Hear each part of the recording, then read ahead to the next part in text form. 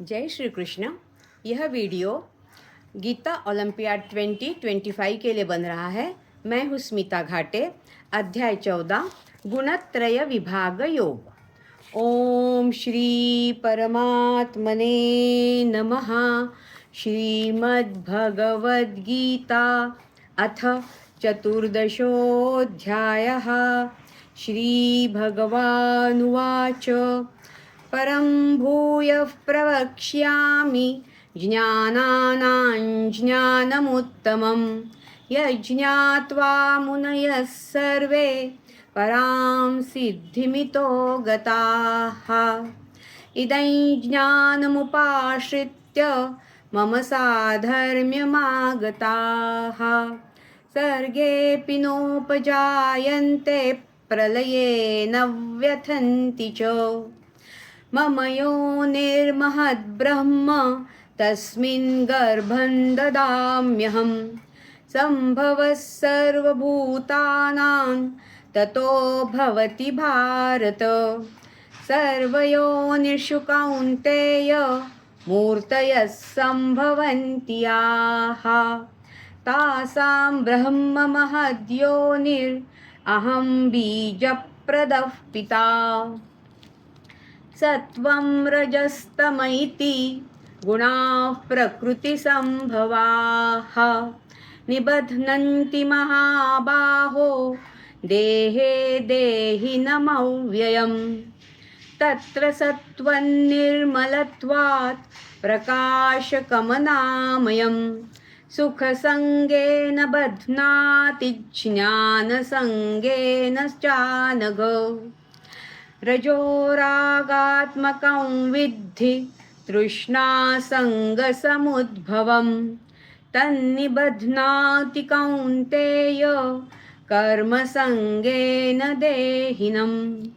तमस्त्वज्ज्ञानजं विद्धि मोहनं सर्वदेहिनां प्रमादालस्य निद्राभिस्तन्निबध्नाति भारत। सत्वं सुखे संजयति रजः कर्मणि भारत। ज्ञानमावृत्य तु तमः प्रमादे संजयत्युत।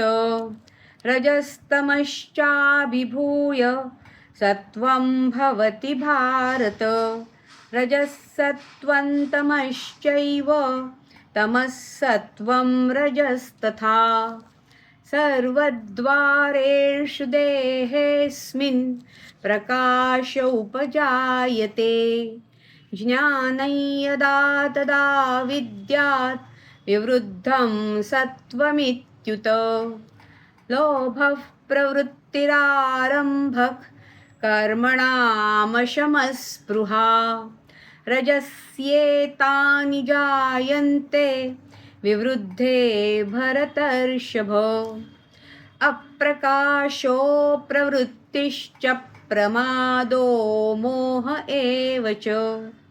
तमस्येतानि जायन्ते विवृद्धे कुरु नन्दन।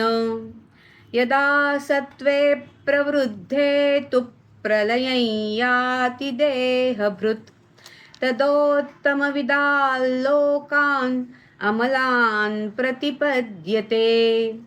रजसि प्रलयं गत्वा कर्मसङ्गिषु जायते तथा प्रलीनस्तमसि मूढयोनिषु जायते।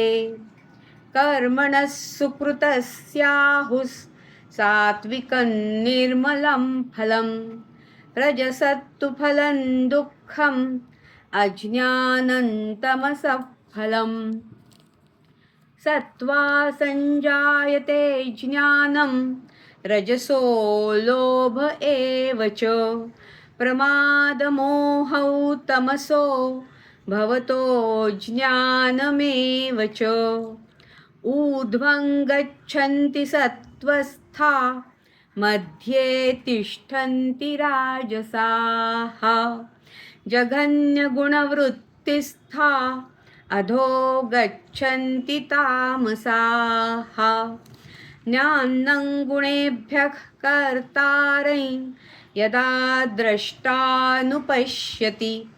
गुणेभ्यश्च परं वेत्ति मद्भावं सोऽधिगच्छति गुणानेतानतीत्यत्रीन् देही देहसमुद्भवान् जन्ममृत्युजरा दुःखैर्विमुक्तो मृतमश्नुते।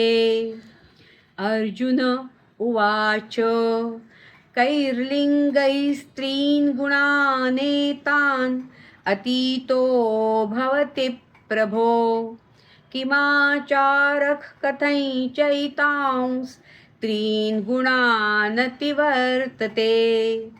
श्रीभगवानुवाच प्रकाशञ्च प्रवृत्तिञ्च मोहमेव च पाण्डव न द्वेष्टि सम्प्रवृत्तानि न निवृत्तानि काङ्क्षति उदासीनवदासीनो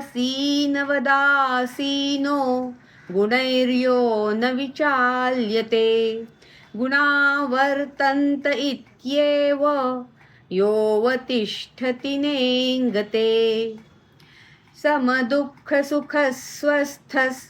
समलोष्टाश्मकाञ्चनः तुल्यप्रिया प्रियो धीरस्तुल्यनिन्दात्मसंस्तुतिः मानापमानयोस्तुल्यस्तुल्यो मित्रारिपक्षयोः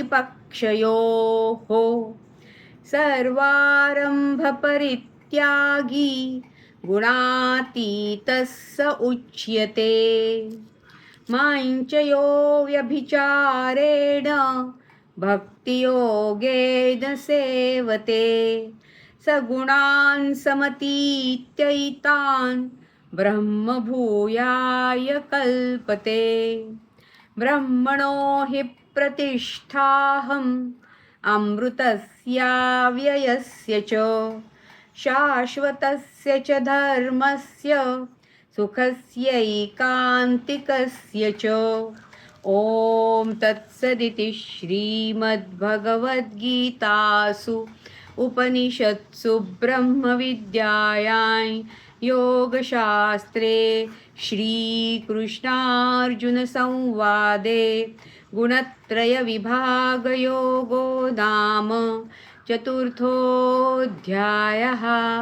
ॐ श्रीकृष्णार्पणमस्तु। हरये नमः हरये नमः हरये